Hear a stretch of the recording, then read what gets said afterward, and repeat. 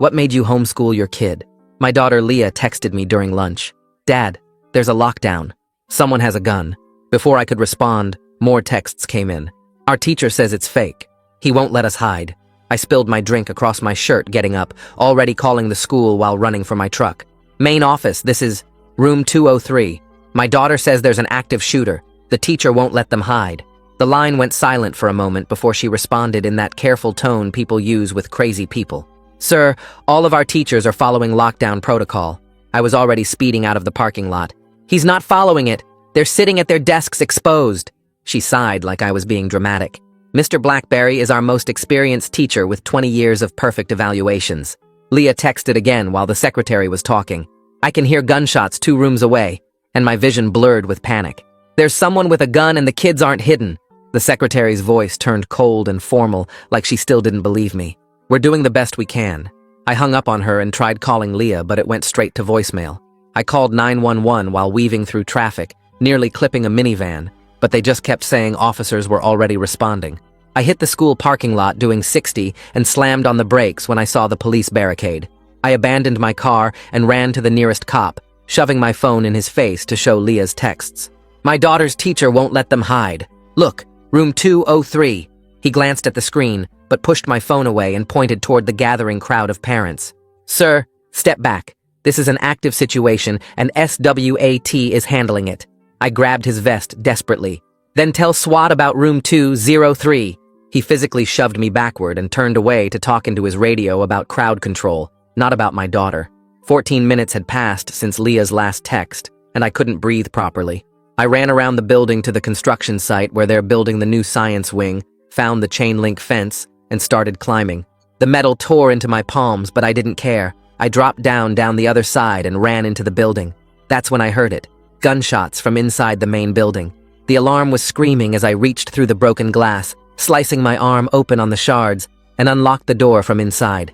I sprinted toward room 203 before 2 officers appeared and one tackled me to the ground.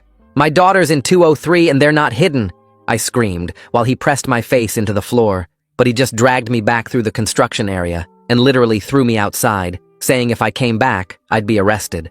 I ran back around to the front entrance and somehow made it to the main hallway where I could finally see room 203's door. It was locked, and I could hear the teacher inside telling everyone to calm down or detention for everyone. I pounded on the door screaming, "Leah," and heard her muffled voice cry, "Dad?" from inside, followed by a loud click. Mr. Blackberry locked the door from the inside. I grabbed a trophy case and ripped the fire extinguisher off the wall, hammering it against the door handle over and over, but the doors were reinforced. The secretary appeared, panting and red-faced from climbing the stairs, and started screaming about destroying property. "Give me the keys!"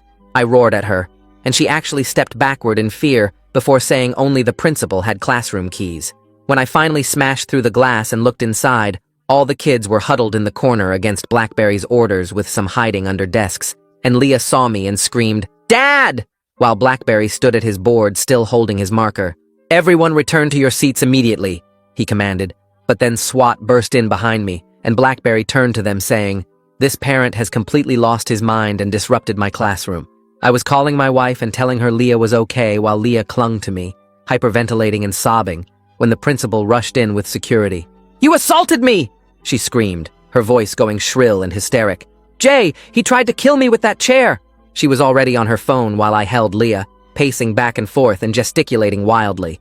"You've traumatized every student in this building, 200 children who will need counseling." Then she interrupted herself to make another call. "Yes, hello? We have a violent intruder who assaulted me with a weapon. Yes, premeditated assault." She described me like I was the actual shooter, never mentioning Blackberry keeping kids exposed, never mentioning why I did what I did. Later I learned the actual shooter was a 17-year-old senior who SWAT caught barricaded in a supply closet after he'd already shot 2 windows and put the art teacher in the ICU. When the real police arrived 6 minutes later, she pointed at me first and said, "That's him, the one who attacked me." 2 cops immediately grabbed my arms while the principal kept jabbing her finger at me. "He used that trophy case as a weapon." She was practically screaming while Leah pressed harder against my side, her whole body shaking so bad I could feel it through my torn shirt. The bigger cop started pulling my right arm back, but Leah wouldn't let go of my shirt and started crying harder. "Please don't take my dad." More officers pushed through the doorway, and one grabbed my other arm while the principal kept going on about how I'd threatened her life. I tried to tell them about Blackberry refusing to let the kids hide, but they were already yanking me away from Leah. She reached for me, screaming, "Dad!" over and over while one officer held her back. My hands got pulled behind my back, and I heard that click of handcuffs going on while the cops started reading charges. Trespassing on the school property, vandalism, assault with a deadly weapon.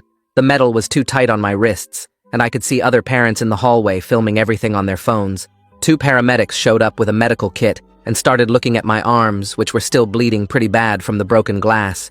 They cleaned the cuts with something that stung like crazy, while I kept trying to explain about room 203 and how the teacher wouldn't let them hide during an active shooter situation. The paramedics nodded, but I could tell they weren't really listening, just kept dabbing at the wounds and putting on bandages. One of them asked if I'd been drinking or taking any drugs, which made me want to scream. Through the classroom door, I saw my wife rush in and grab Leah, who was still sobbing uncontrollably. The principal immediately started telling her how I'd gone completely insane and attacked school property. My wife just held Leah tighter and followed us out as the cops walked me down the hallway. Every parent had their phone out recording me getting marched past in handcuffs, like I was the actual criminal here. Some were whispering to each other, and I heard one say something about me being the crazy dad who lost it. The shame burned through my chest, but not as bad as seeing Leah's face when they put me in the back of the police car. At the station, they took me straight to booking, where some bored-looking officer started the whole process. He rolled my fingers one by one on the ink pad, then onto the cards while asking basic questions about my name and address. They made me stand against the wall for photos from the front and both sides while I stood there in my ripped and bloody clothes. The booking officer pushed some papers at me to sign, but I told him I wasn't signing anything without a lawyer. He just shrugged like he'd heard it 1,000 times before and moved on to the next form. They took my belt and shoes and wallet and put everything in a plastic bag before walking me to the holding cell. Inside were 3 other guys, and one of them was watching the news on his phone. "They caught that kid who shot up the school," he said to nobody in particular. "Says here some parent went nuts too and attacked the principal." My stomach turned when I realized they were already spinning the story. Another guy looked at my bloody shirt and bandaged arms and asked if I was the dad from the news. Before I could answer, the first guy read more from his phone about how the art teacher was in critical condition and might not make it. The news kept calling me the parent who went berserk and caused additional chaos during an already dangerous situation. Hours passed before they finally let me make my phone call. My wife answered on the first ring and immediately told me Leah wouldn't sleep and kept checking all the doors and windows. I could hear Leah crying in the background, asking when I was coming home. My wife's voice cracked when she said Leah kept asking if the bad man was going to come to our house now. It killed me that I couldn't be there to help her feel safe. She told me she'd already called around for lawyers and would figure out bail money somehow. The next morning, they brought me to the courthouse for the bail hearing, still wearing the same bloody clothes from yesterday. The prosecutor stood up and described me like I was some violent maniac who posed a serious threat to the school staff and students. He went on about the thousands of dollars in property damage and how I'd terrorized an entire school already dealing with a shooting. The judge looked at me over her glasses, while the prosecutor recommended high bail to ensure public safety. My court-appointed lawyer barely said anything except that I had no prior record and stable employment. The judge set bail at $10,000 and issued a no-contact order for the entire school campus, including any school events. She said I couldn't go within 500 feet of the property or any school staff members. My wife had somehow gotten the bail money together and picked me up that afternoon. The ride home was quiet, except for her telling me about Leah's panic attacks. When we got home, I watched Leah jump every time a door closed or a car drove by too fast. She wouldn't sit with her back to any door and kept asking me to check the locks, even though I'd just checked them. My jaw hurt from clenching it so tight, and I couldn't stop pacing around the house checking windows I knew were already locked. That evening, my wife told me she'd found a defense attorney named Alejandra Guerra who specialized in cases like mine. We met with her the next day, and the first thing she said was to stay completely off social media. She started making lists of evidence we'd need and witnesses who saw what really happened. "This is going to get ugly," she warned us, while writing down names of parents who might testify. My phone buzzed while Alejandra was still writing, and I saw my boss's name on the screen. I stepped outside to take the call, and he didn't waste time with small talk. He told me I was on administrative leave without pay until the criminal charges were resolved. "Company policy," he said. "Nothing personal, but they couldn't have someone facing assault charges working with clients. I stood there in the parking lot staring at the concrete while he explained about COBRA insurance and how I could appeal once everything was settled. The mortgage payment was due in 2 weeks, and I felt my chest getting tight thinking about the numbers. Back inside, I told my wife what happened and watched her face go pale. She grabbed my hand under the table while Alejandra kept talking about depositions and discovery, but I could barely focus. That night after we got home and put Leah to bed, my wife and I stood in the kitchen whispering. She kept saying she was grateful Leah was alive, but her voice shook when she asked how we'd pay the bills. I wanted to be mad at her for worrying about money, but I was thinking the same thing. We went back and forth about whether I should have just waited for the police to handle it. Neither of us was wrong, and we both knew it. She was scared about losing the house, and I was scared I'd failed to protect our daughter the right way. We ended up just holding each other in the dark kitchen, not saying anything. The next morning over breakfast, we both agreed Leah needed to see someone professional right away. I promised I wouldn't go anywhere near the school, even though it killed me to say it. She found a therapist named Lucia Lively, who specialized in trauma, and could see Leah that week. It felt like the system was winning by keeping me away from my own daughter's school, but we didn't have a choice. I spent the morning refreshing news sites and saw the school district had released a statement. They praised their staff for showing calm leadership during the crisis and called me an unauthorized intruder who complicated the response. I watched the local news anchor read it with this serious face like I was the real problem that day. My phone dinged with a Facebook message from someone named Cameron Fox, who I didn't recognize. He said he was a parent who'd been in the hallway that day and had recorded some video on his phone. He wanted to meet privately, because he wasn't sure who to trust with what he'd captured. I immediately forwarded it to Alejandra, who told me to meet him, but be careful. 2 days later, I drove Leah to her first appointment with Lucia, while she sat in the back seat, asking if the therapist would make her talk about everything. I told her she only had to share what she felt comfortable with, but I knew she needed this. In the waiting room, I could hear muffled voices through the door and caught glimpses of Leah showing Lucia how she couldn't sit with her back to any door now. She kept moving her chair around until she could see both the door and window at the same time. I sat there feeling completely useless while my daughter tried to explain why she needed to see all the exits. An hour later, Lucia came out and said Leah did great, but it would take time. On the drive home, Leah was quiet, and I didn't push her to talk about it. That afternoon, I got an email from someone named Bryant McCullough, saying he was the district's investigator looking into the incident. He requested an interview to get my side of the story for their internal review. I forwarded it to Alejandra, who immediately called and told me not to respond. She said the district was trying to build a case to protect themselves, not find the truth about what happened. The parent group chat for Leah's grade was blowing up my phone with notifications. I finally opened it and saw parents arguing about whether I'd made things worse or saved lives. Some woman named Jennifer said I'd traumatized her son more than the actual shooter did. Another parent wrote that she would have done the exact same thing if it was her kid. People were taking sides and getting nasty with each other. Our whole community was splitting apart over this. Someone posted a petition to ban me from all school events, and within an hour it had 40 signatures.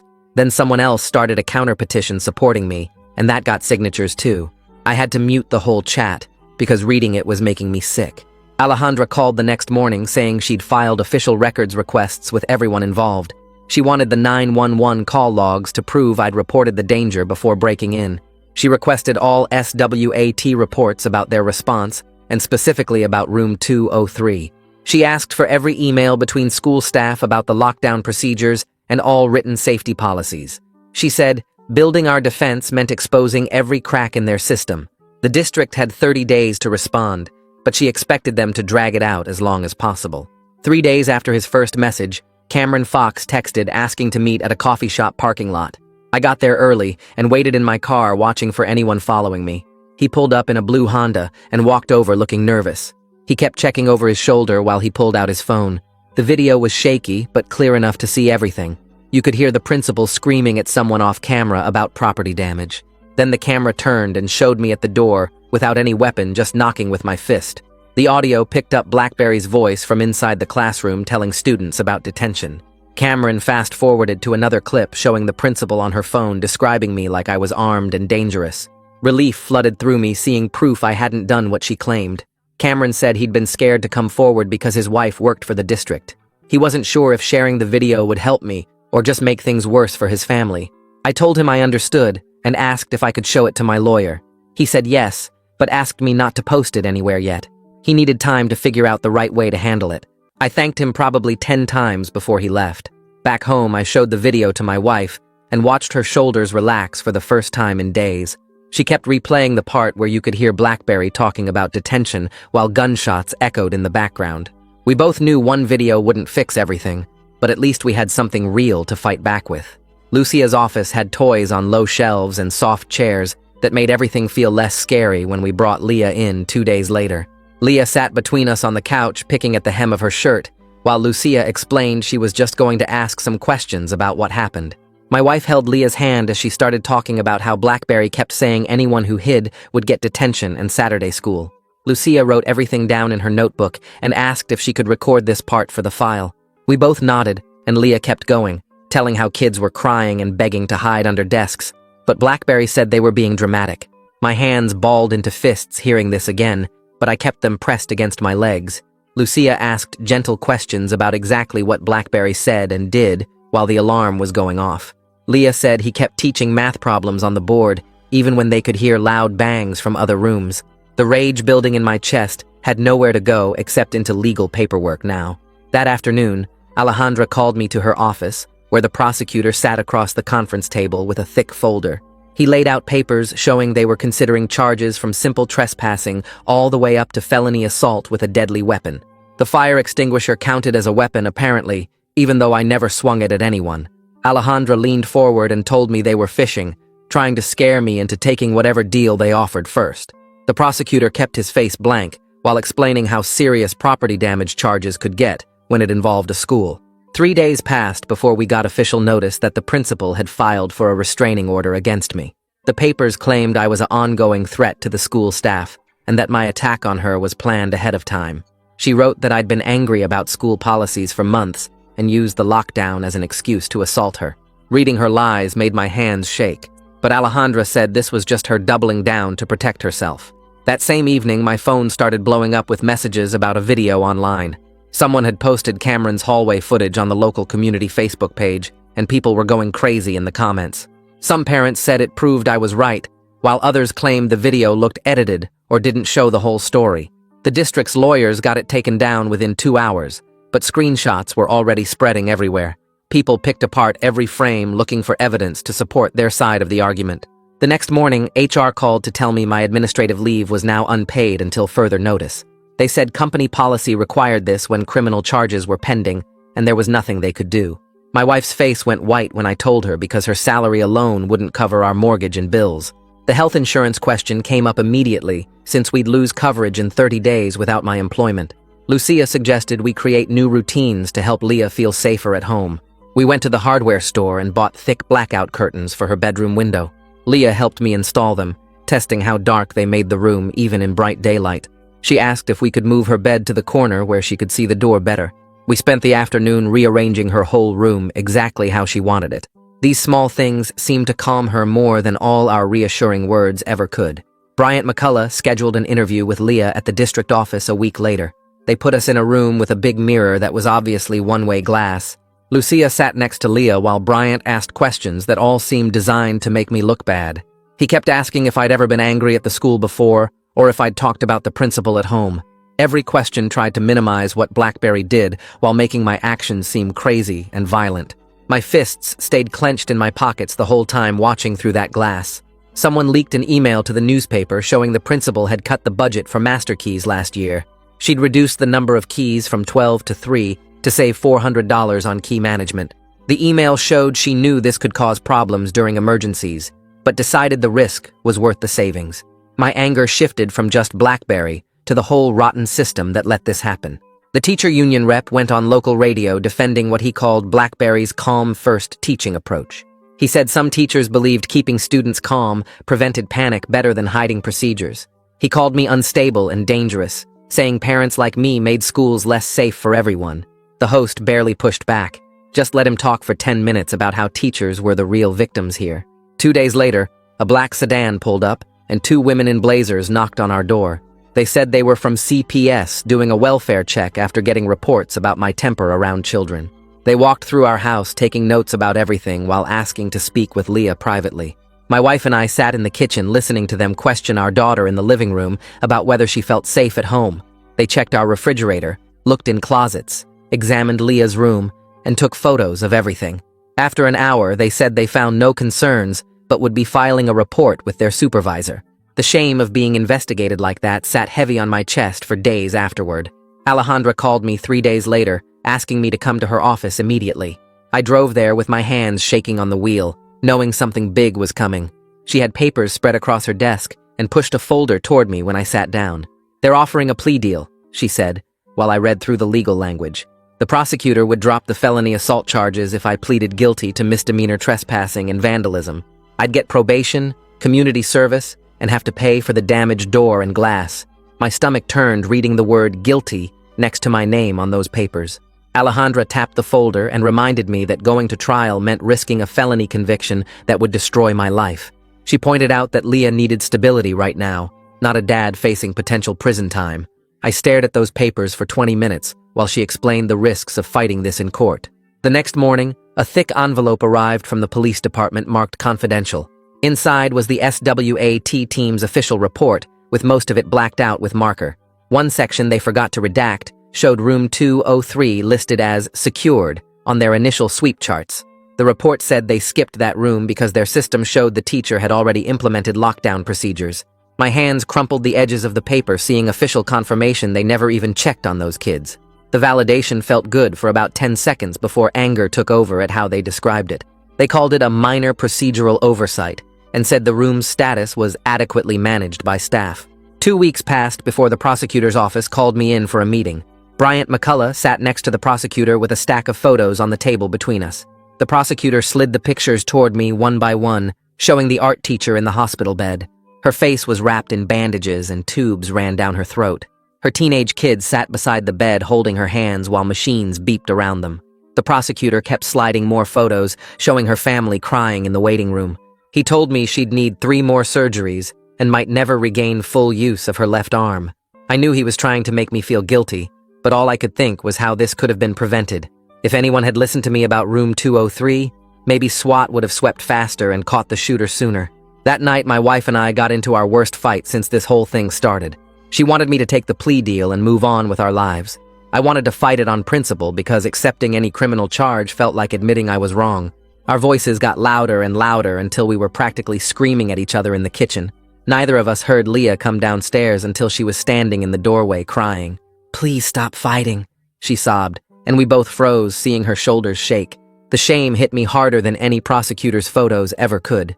My wife held Leah while I stood there, realizing my pride was hurting my daughter more than any plea deal would. The district called a press conference the next afternoon that played on every local channel. They announced new active shooter training protocols and updated lockdown procedures for all staff. The principal stood at the podium talking about leadership during crisis, while administrators nodded behind her.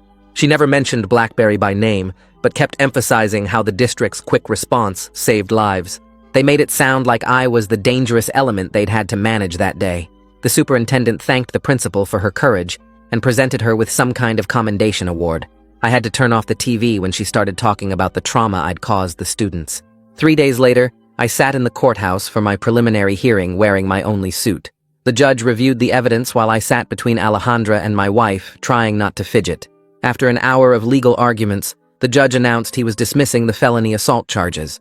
He said there was insufficient evidence that I'd intended to harm the principal with that chair, but he maintained the misdemeanor trespassing and vandalism charges would proceed to trial. Alejandra called it a partial victory, but I still faced potential jail time and a criminal record. We met with a civil attorney that same week in a small office downtown. He'd already been contacted by 6 other parents from room 203 who wanted to sue the district. They all had kids with trauma symptoms and therapy bills piling up from BlackBerry's refusal to follow protocol. The attorney explained we could file a negligence lawsuit seeking damages and policy changes. The strategy would shift from just defending me to making the whole system accountable for what happened. More parents joined every day as word spread through the community about the potential lawsuit. Monday morning arrived, and Leah had to go back to the school for the first time since the shooting. The no-contact order meant I couldn't go within 500 feet of school property. I drove her to a spot 2 blocks away and watched her walk the rest of the way alone. Other parents walked their kids right up to the entrance, some holding hands, while I sat in my car watching through the windshield. Leah looked back once and waved before disappearing around the corner. I sat there for another hour making sure she didn't come running back. Cameron called that afternoon saying he'd organized 20 parents to speak at the next school board meeting.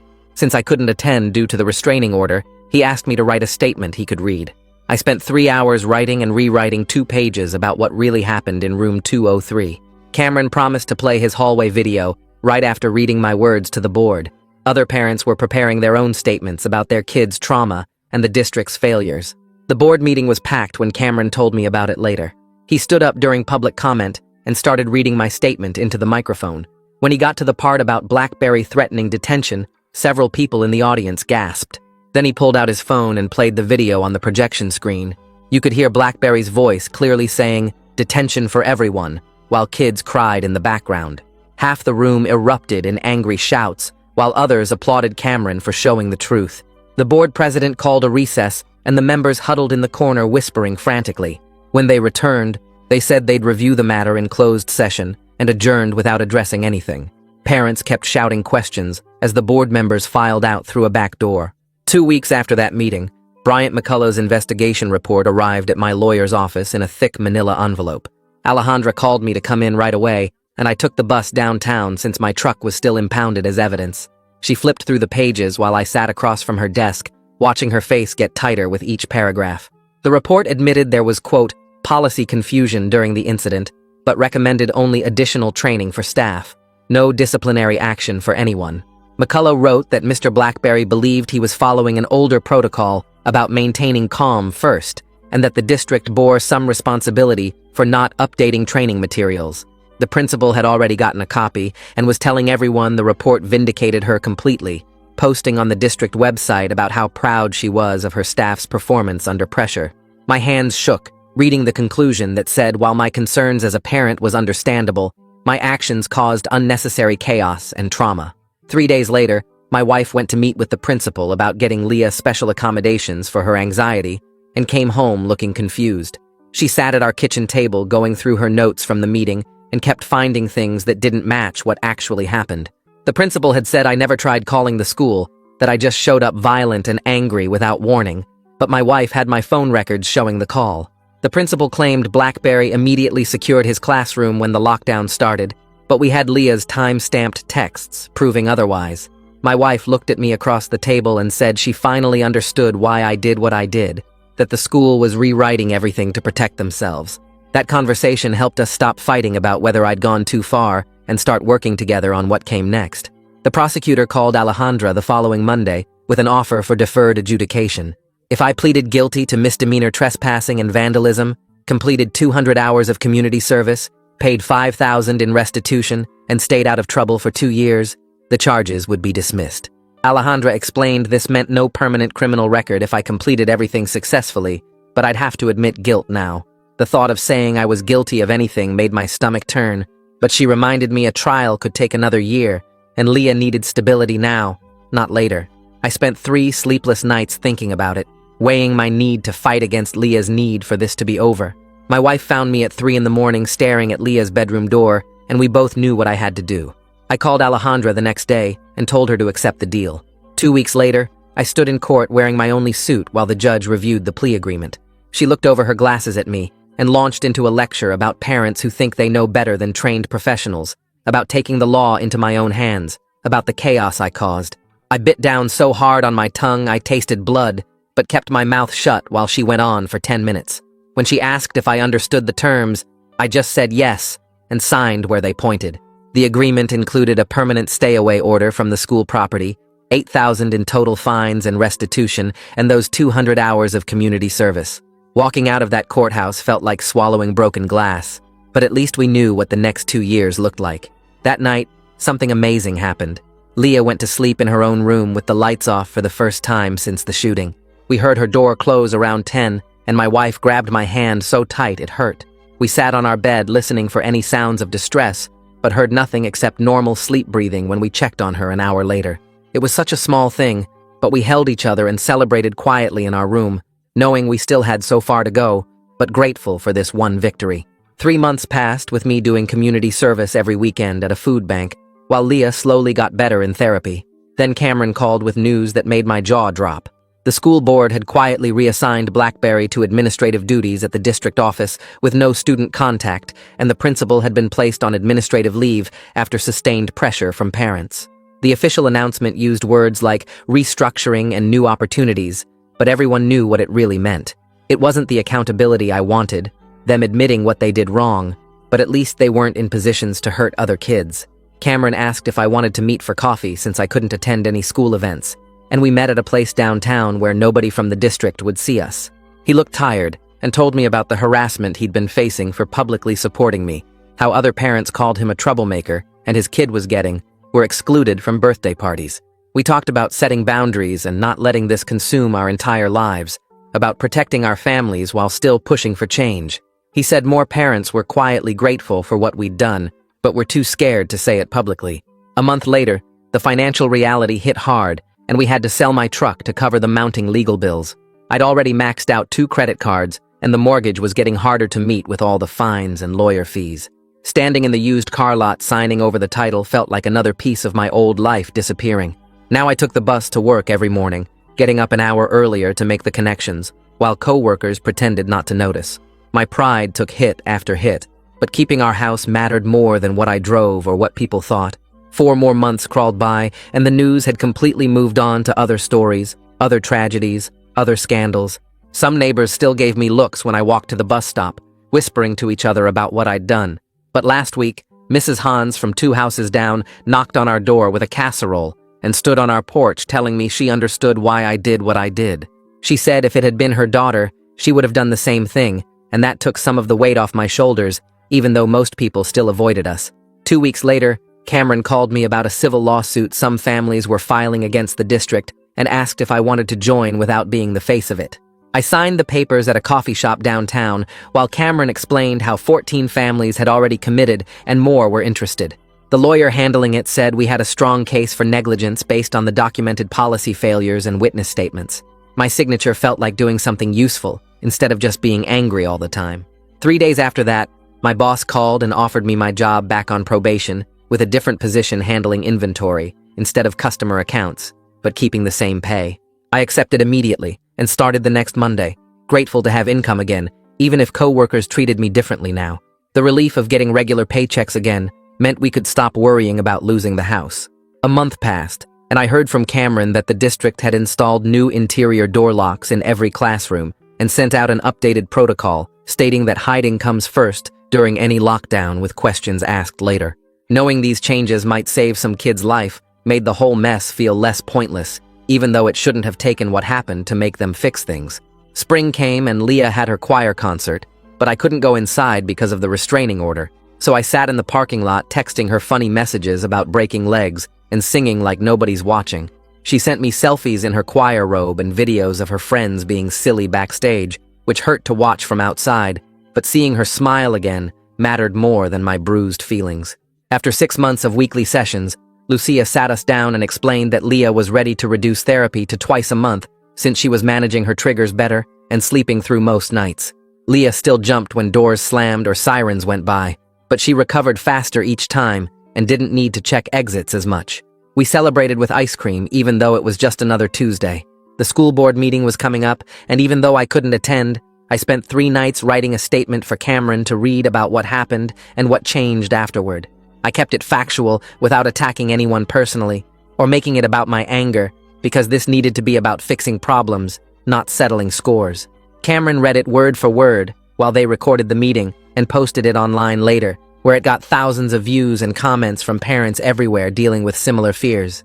2 weeks after that, we were eating dinner when Leah laughed at something on her phone and showed us a stupid video of a cat falling off a counter. My wife reached over and squeezed my hand while we watched Leah giggle at her phone like a normal teenager. Our kitchen still felt different from before, and sometimes we all got quiet remembering, but the laughter was coming back slowly. That night before bed, I pulled out my phone and looked at Leah's saved texts from that day one more time. Dad, there's a lockdown, and someone has a gun, and all the rest that I'd read hundreds of times. I closed the phone without deleting them, because they were part of what happened, but I didn't need to read them anymore. I got into bed next to my wife and fell asleep without getting up to check the locks or windows for the first time in 8 months. The next morning felt normal in a way I'd forgotten was possible. Thanks for sticking with me through all this. It's definitely been a ride sharing these moments together. I'll see you around next time. Like the video, it helps more than you think.